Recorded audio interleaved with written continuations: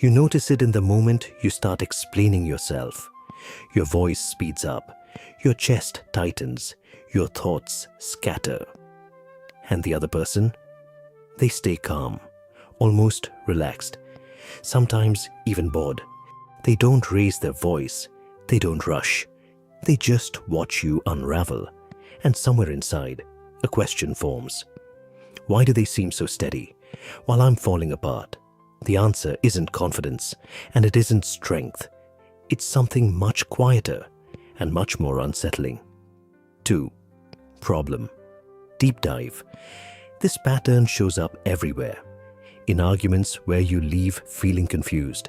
In conversations where you talk more than you planned.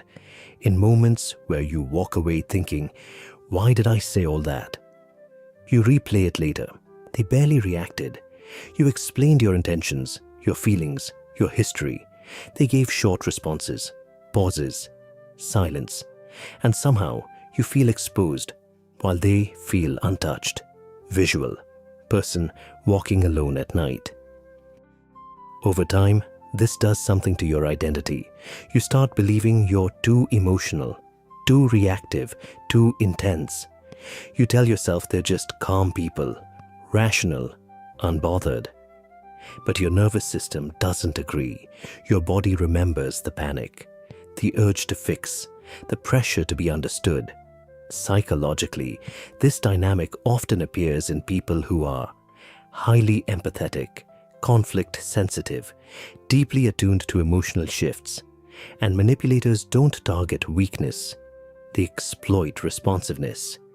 But why does the imbalance feel so extreme in the moment? That's where the brain comes in. 3. Reframe. Let's pause something important here. Your panic is not proof of inferiority, and their calm is not proof of control. What you're experiencing isn't a personal failure. It's a state difference. Your nervous system is activated. Theirs is not. And that difference didn't happen by accident. Your brain learned that emotional engagement keeps relationships safe. Their brain learned that emotional distance creates leverage. Both are adaptations. One just has a cost that shows up later. To understand why this plays out so predictably, we need to look at what's happening under the surface, in real time. 4. Psychological mechanism. When conflict begins, two systems can take over the brain. One is the threat response system, the other is the control system. When you feel misunderstood or destabilized, your amygdala activates. It reads the situation as danger, not physical danger, but social danger. Loss of connection, loss of meaning, loss of stability. So your brain does what it evolved to do. It pushes you to explain, clarify, repair. Your heart rate increases, your thoughts speed up, language pours out. Now here's the crucial difference. Manipulators don't enter the same state. They stay in a low arousal mood. Their nervous system doesn't read the moment as threat. It reads it as information. They observe, they wait, they let your brain do the work. Here's a metaphor. Imagine a storm and a lighthouse. The storm is loud, chaotic, desperate to move energy. The lighthouse doesn't move at all. Not because it's stronger, but because it isn't reacting. Another simple mental model. Think of emotional energy like electricity. You're generating it, they're grounding it, and whoever controls the flow controls the outcome. This is why calmness feels powerful in these moments. It isn't calm, it's unengaged, and your brain interprets that disengagement as rejection, which only increases panic. But here's the part most people miss. Calmness under manipulation isn't confidence. It's detachment without empathy, and that's why it destabilizes you. 5. Practical framework. This isn't about becoming colder or learning manipulation. It's about regulating your nervous system so the imbalance disappears. Here's a psychology-based framework. Step 1. Name the state. not the story. What to do?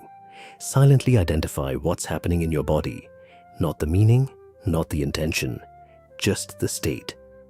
My nervous system is activated. Why it works? Labeling bodily state reduces amygdala reactivity and brings the prefrontal cortex back online. This is called affect labeling.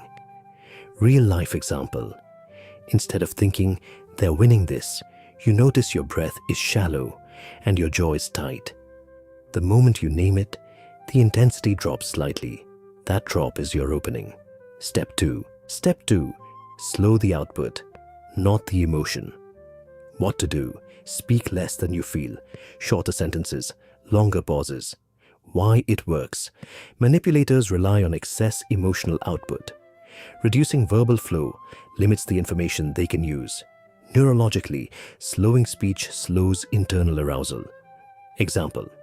Instead of explaining your whole position, you say one sentence, then stop. Silence resets the balance. Calm doesn't come from control, it comes from pacing. Step 3. Shift from engagement to observation. What to do? Mentally step back and watch their behavior. Tone, timing, pauses. Why it works? Observation activates the brain's observer network, reducing emotional fusion. Example. You notice they respond only after you finish talking. That pattern tells you more than their words ever will. Information replaces urgency. Step 4. Remove the need to be understood. What to do? Release the internal demand for validation in that moment. Why it works? The need to be understood is a threat signal. Letting go of it calms the nervous system. Example.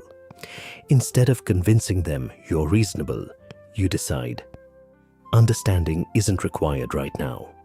The pressure lifts. Manipulation feeds on explanation. Step 5. Delay meaning. Making. What to do? Don't interpret the interaction immediately. No conclusions, no self-judgment. Why it works?